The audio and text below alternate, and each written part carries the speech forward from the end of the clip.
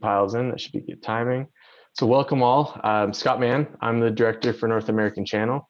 And we have Blake Dickmeyer on here with me as well, who is our director of sales. Say hi, Blake.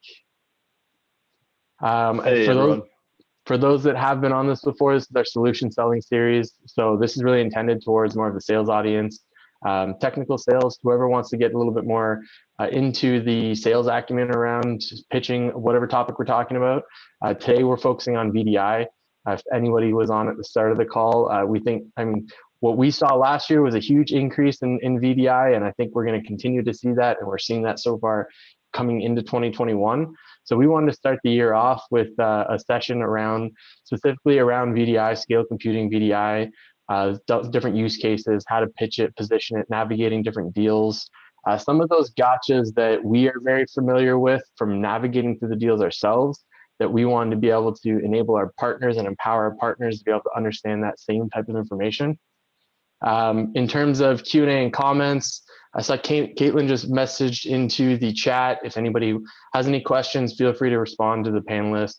We'll get those questions and we'll answer them all at the end. There's also a Q&A function in the bottom right of the screen. So if you click Q&A, type that in.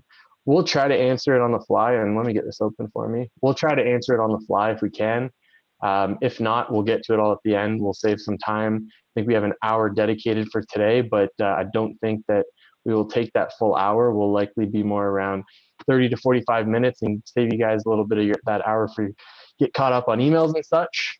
But we'll get all to those questions at the end. And without further ado, let me just share my screen here. Actually, before we get into that, I'm going to throw a poll up on the screen here.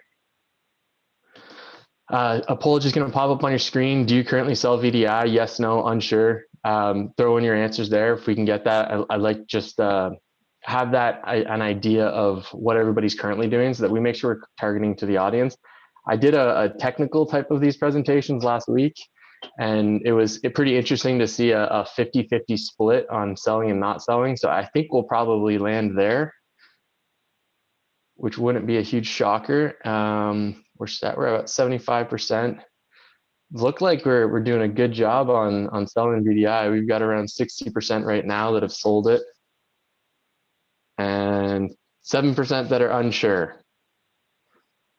And it looks like we're settling down there. Oh, yeah, it looks like people that have sold it has taken over. So that's fantastic. I'll probably end the poll here. So we had around 63% of you that are currently selling VDI, which is fantastic. I don't want to alienate those that haven't sold it yet. That's not the purpose of this. We're not doing a technical deep dive around VDI. This is more of, get that off the screen for you. This is more around positioning VDI. So whether you have sold it before, you haven't sold it before, this is the perfect conversation to be having. And for those that want more technical detail, we do have our technical series, which was last week. That'll be available on demand in our partner portal. And if you want to reach out, feel free to reach out to myself, sman with 2 N's at scalecomputing.com. And I'd be happy to send that to you as well if you want to do a little bit of a deeper dive after this presentation here today. Last thing on housekeeping, we do have some, we do have coverage in different languages. So we have Thorsten on here who is covering for anybody in German. If you do have any questions, feel free to put that into the comments and we'll have somebody be able to respond back to you. Now getting into this year, if my slides will change. So actually, before we get into the VDI curveball, we're going to go through a bit of a partner community roadmap, just some things to look out for, some new functionality and features that we have coming out. The big one is going to be our platform.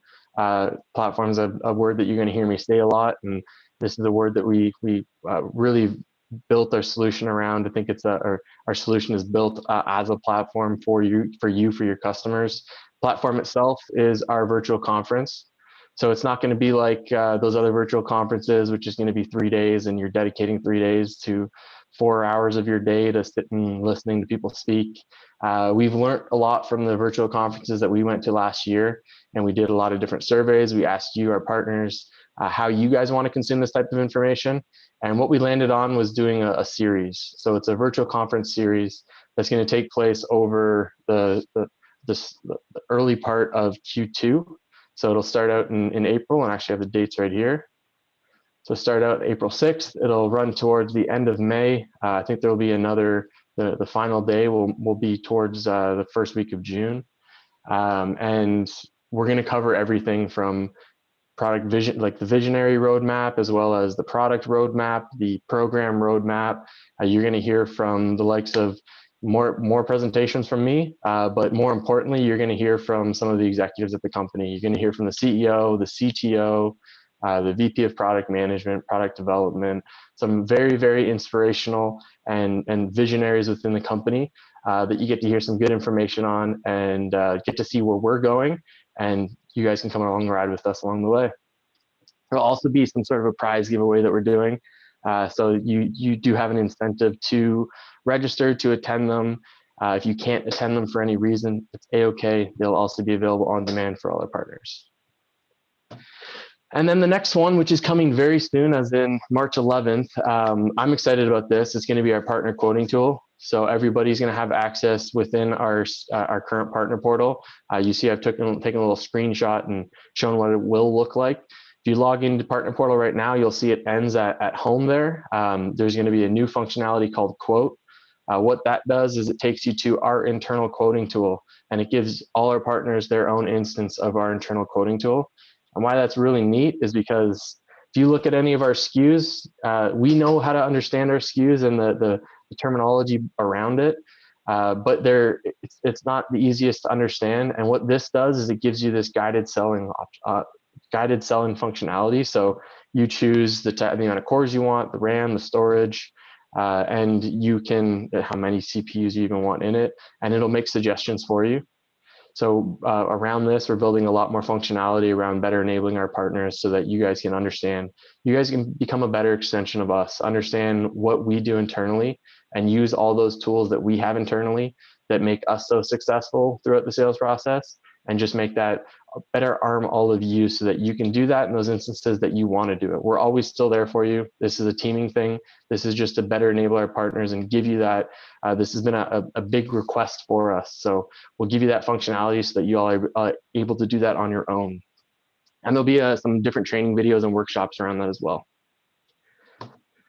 All right, now getting into the VDI portion. I'm going to kick things off. I'm going to go over more from an industry perspective, and then I'm going to go over our overall solution, just an overview of our solution. And then I brought on Blake today because Blake obviously has day-to-day experience in a lot of the opportunities that we're working. So he's learned over time a lot of different things and ways to build better value within a configuration, questions to ask to differentiate, and make sure to ensure you've got the most effective configuration put together for the customers. So he's going to dive into a little bit deeper around some of that stuff. I think that's the fun, exciting stuff to go through. And I'll set the foundation for him to get there. So first off, what is VDI? So VDI is another three-letter acronym, and there seems to be a lot in our industry. There's VDI, there's SBC, there's RDS, and it can get very confusing on really what it is. But VDI is basically a component of desktop virtualization. It's a type of desktop virtualization, and desktop virtualization summarizes it a lot better. It's taking a physical desktop or laptop and is virtualizing it. So you see on the image here is basically you've got VMs on the right side. Those VMs, those virtualized desktops, are living on servers, and the users on the far left, those users are able to connect from any device through the internet or whatever networking setups they have to those devices that are still secured within the walls of the data center. And you don't need to have things like VPN. Issues with VPN is that you're effectively extending out your network to the home networks, and you're creating a lot more security concerns around that, because now that you are extending your network out to home offices, those home offices are much more susceptible to be attacked, and an attacker could get into the corporate office through a home office. So VDI increases the security around being able to extend out the remote workforce. But the real why around it, if we look at some of the market trends, you can see I pulled two statistics here, and what I liked, everything that I saw was that the analysts are saying that you're going to see double-digit growth within this desktop virtualization market. And why that's interesting is because double-digit growth is fantastic, but it's even more exciting when it's in the billions of dollars already. It already is a large market, and that market is expected to grow in double digits. So what that means from our perspective is that, we're doing the right thing talking about VDI right now, and it's the right time to be talking to your customers about VDI, and it's the right time for them to be considering VDI. When you look back, for those that jumped on early, Blake and I were talking about the year of VDI, and it's always been, when is the year of VDI? Is it the year of VDI? 10 years ago was the year of VDI, but it never actually came to fruition. We never went through that year of the VDI. Last year, maybe was the year, we saw this huge move to the remote workforce. But now this year, I think this year will be the year of VDI, and there's a couple reasons around that. In the past, years back, you look at, anytime you're looking at a solution, why would I implement a VDI solution? You got to weigh the costs and the benefits, right? I think in the past, the costs have greatly outweighed the benefits, largely in part because it wasn't all users that were remote. The hardware costs were exponentially higher than just deploying laptops over that a 5-year TCO. And the main thing is the complexity around the solutions. There's a really difficult solution to deploy. There's a really difficult solution to manage on a day-to-day. Fast forward to 2021, and now we've got remote workforces, and those remote workforces are here to stay. Whether it's in some fashion we're going to return back to the offices, but a large part from everything I've read and everything that I've seen from other organizations and heard from other organizations is that there's going to still be a large portion of their workforce that's going to be working remotely. So that increases the amount of users that would require a desktop virtualization solution. So that's one important factor. Number two, we're looking at costs, decreasing costs. Not necessarily that hardware costs have dropped exponentially, but hardware is actually, we're able to pack more performance in the hardware. We're seeing a decrease in NVMe SSD costs, GPU costs. So now we're able to do a lot more with those same dollars. So we can stretch our dollars out a lot further, as well as the software costs coming down pretty substantially. And then the third piece, which is also extremely important, is the overhead costs, right? How simple is the solution, or how complex is the solution? Now we're at that point where we have solutions in place, and we'll walk through some of those solutions with you today that I could deploy. And I by no means am an expert in VDI, but it's a solution that can be deployed by anyone who doesn't have experience with virtual desktops. And I think that's why a large portion of the market today hasn't deployed. It's because of that complexity around it. It's because of the cost of managing it. Well, if we can bring those costs down and we can provide a solution that's much more simple, now that becomes a lot more attractive. And now that starts the conversation to take that up to upper management and show them what the value is in deploying a solution like this. Now, the last piece is, why consider VDI? Why your clients want to consider VDI? This is less of the business value, and this is more of the technical values. You look at reduced costs of desktop hardware. You go from buying desktops, laptops that have a ton of compute built into them to having thin clients or BYOD, and they don't even need to provide desktops, laptops. They can use whatever they have at home. That eliminates the cost of the desktop hardware. And then the management of it, right? Instead of having to manage a workforce of thousands of users that could be all over North America, all over the globe, they manage everything in their data center. So it becomes much easier to manage all of that. That gives them the mobility of being able to work from anywhere, which is the new trend of 2020 and 2021 going onwards. And then that centralized management, you better protection, better security around all your data.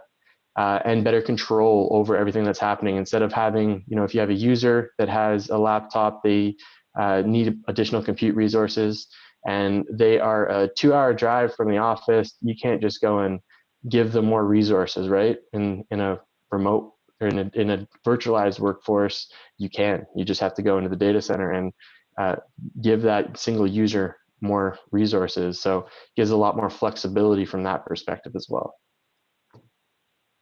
Now, just a quick overview of, I say quick, and I know I'm very long-winded sometimes, of our Scale Computing VDI. So when I say VDI, I think desktop virtualization. VDI can take different forms. It can be VDI or server-based computing. The main thing is that we have a single platform, a single solution that will address the varying needs of the customers, and we will get them the solution that fits right for those requirements of the company as well as the individual users that they have, which are probably going to vary in every single one of your customers. And when we look at different industries that this supports, different use cases, different sizes, there is no one size fits all. And I'll show you the different configurations that we have on the next slide. But we can address anything from, we have deployments that are in the 10 to 20 seats, all the way up to the thousands of seats. And we can go as small as that, and we can go as large as that. We can go smaller infrastructure for something like a real estate office that doesn't even have a desktop or server room, or it doesn't have a server room, all the way up to a large enterprise that's got to manage thousands of clients. If you look at our platform and what everything is, the different solutions we have that are, I call them VDI ready nodes. This is our entire platform, right? Our HE100s to our HC5000s, and we have specific purpose-built configurations within them that are ideal for VDI scenarios. But it's not always that they're just deploying VDI. Maybe they're adding VDI into their existing workloads. So we have a varying use case that can address the many different needs. All the way on the far left side there, the HE150s. Those are our smaller form factor systems, the ones that are, if anybody's seen that won the product of the year from CRN last year, they're about the size of an Apple TV, so around this big. Something that you can carry literally in your back pocket. And one of the use cases that we had one of our partners deploy was they had 25 users for one of their managed customers, and they deployed 25 users on a 3-node system. Perfect deployment, low cost, easy to manage, or built-in redundancy. And then those other HE500 systems, those are ideal for any of those smaller workforces, especially if they're just looking to have their own separate infrastructure for it.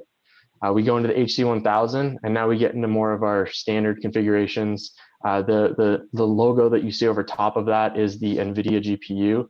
So there are our HC1250 DFG, which is one of those acronyms that I said might be difficult for you to remember. The G stands for GPU. So those are GPU enabled nodes. If the customers do require GPUs for the types of users that they have, maybe running AutoCAD or something, we can get them GPU enabled nodes. And then we go all the way up to our HC3000s. Those are the powerhouses. Those are the ones that those are screaming fast systems, NVMe SSDs in them, all flash configurations. While you might not think NVMe and VDI, you think typically GPU and VDI. NVMe is a great use case for VDI workloads because of the screaming fast performance of those SSDs. And then you've got your 5000s. The 5000s come in they're going to be your larger deployments. Those are going to be your big guys. Not necessarily the same performance as the NVMe ones, but you're going to be able to pack in a lot more storage, a lot more compute, and a lot more GPUs into a single node. You can see those ones are 2U versus the 1U. And then tying all of these, those are just the hardware platforms, tying all that together in a single solution. We marry that with our VDI partnerships with LeoStream and Parallels. You don't necessarily need to know the difference between the two. You just need to know the use case of your customers, because the core implementation and the core values that both of them bring are very similar. They're both very simple products to deploy. They're both very cost effective. You're looking at 50 to 70% the cost of a traditional Citrix or VMware type deployment. So very, very cost effective, but they have different use cases that they would apply to. And those use cases are something that we will help navigate to based on what the customer needs. Now, some of the questions that we want to bring to our, if not necessarily saying that we need you in any fashion to come with all of these answers to us, but if you want to ask those questions ahead of time, when you come to us with an opportunity and say, hey, this customer has these requirements, these are some of the things that help point us in that right direction.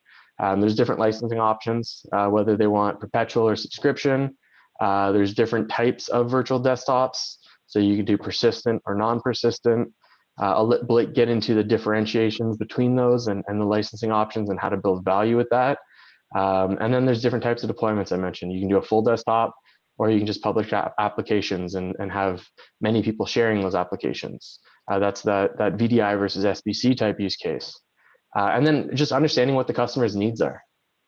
Is it security concerns? A lot of people that deployed back in, the reason I say that 2020 really wasn't the year of VDI was because we had an immediate need for remote workforces, and we didn't necessarily do everything how we would have done it if we had time to plan.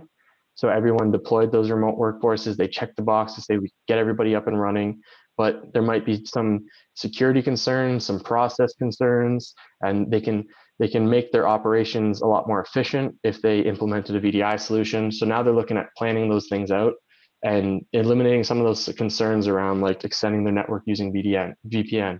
Maybe they want to eliminate those desktop costs and implement a BYOD strategy. They want to they're downsizing. Over the years, they've taken on, IT tends to take on more and more without extending the amount of resources that they have.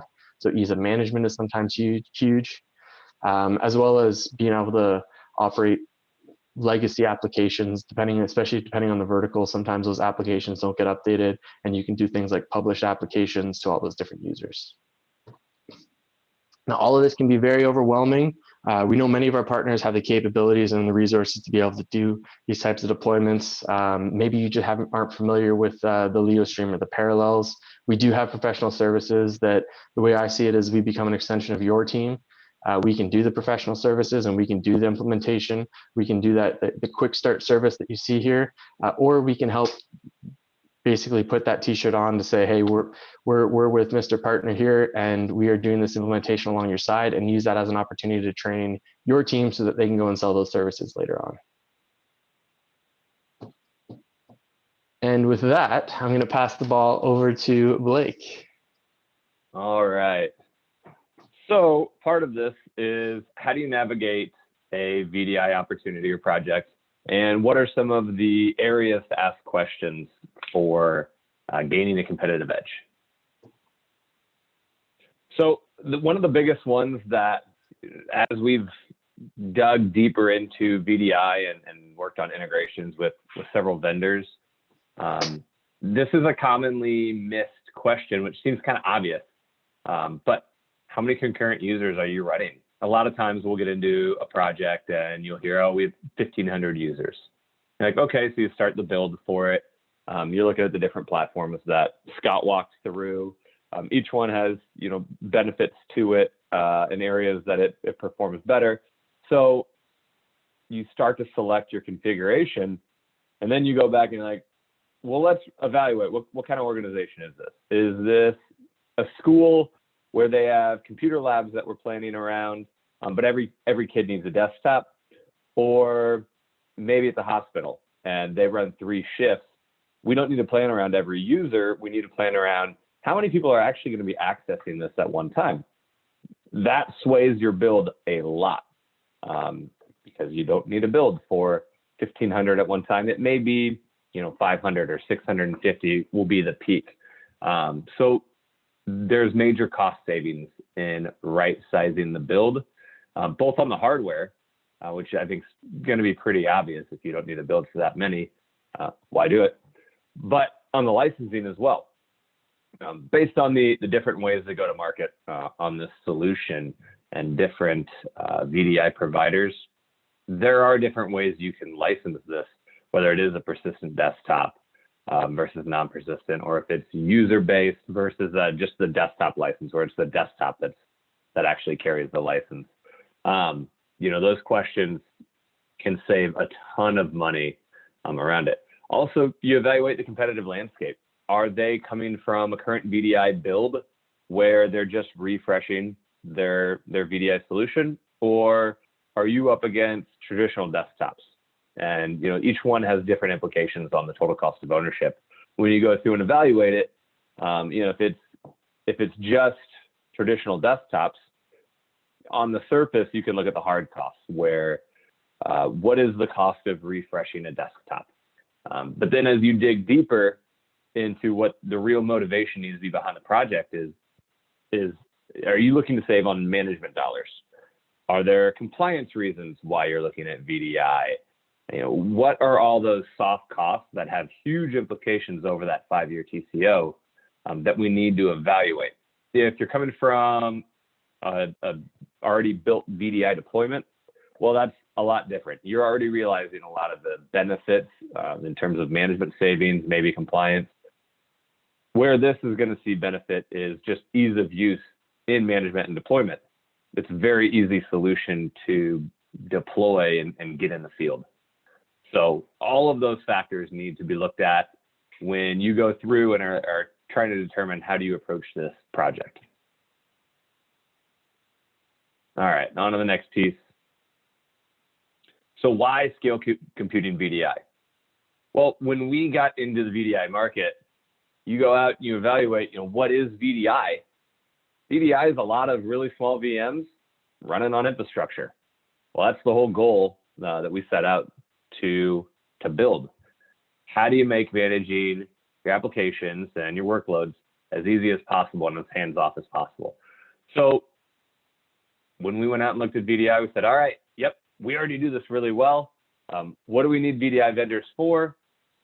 How do you manage those VMs? How do we manage hundreds of desktops or VMs and make that as easy as possible to push out changes, policies, golden images, that type of stuff?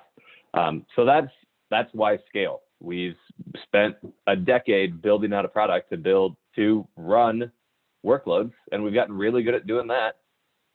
So it was an easy transition into the VDI space. All right. Scott, you want to take back over?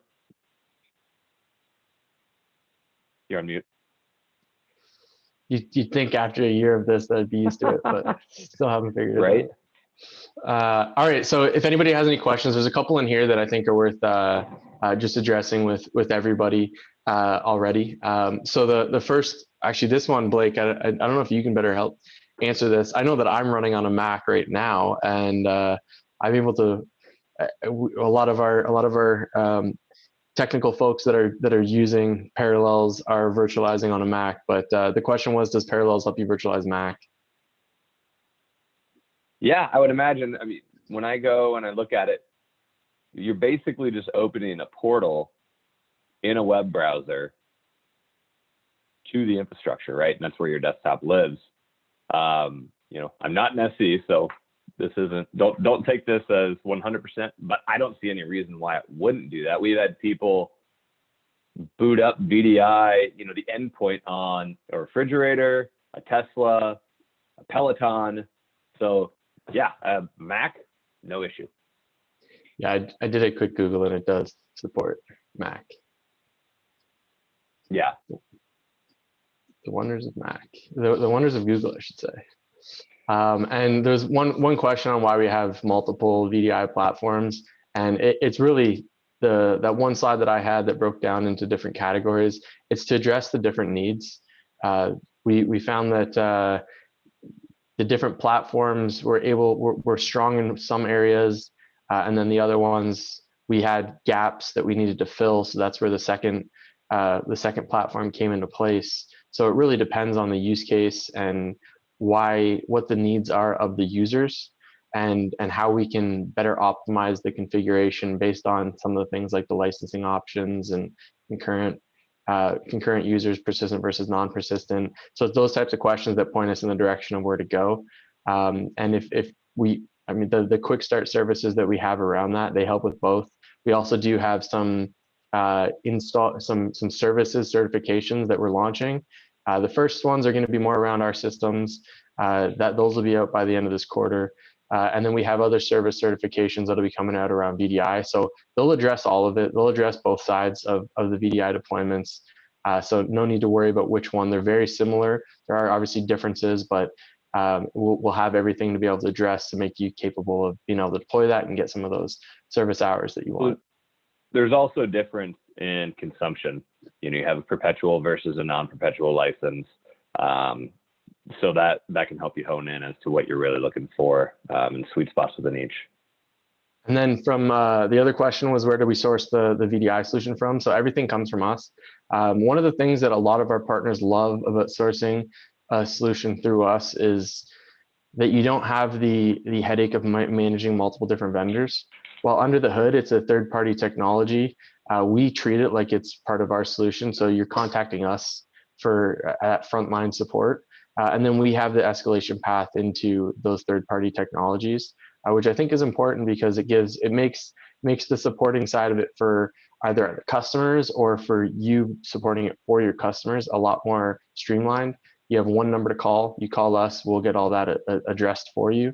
And you don't have to worry about getting the runaround of call this vendor, call that vendor. You call one vendor and we get it all sorted out for you. Nice and simple that way. And then the other side of it, with having all of that bundled together, when it comes to building the solution, that'll all be available within the partner portal, partner quoting tool that we have coming out March 11th. So that was another opportunity for me to plug our partner quoting tool.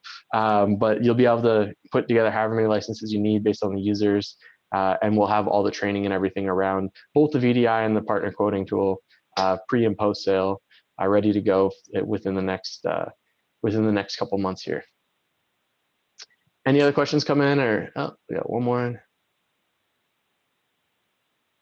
Do these solutions operate over PCOIP?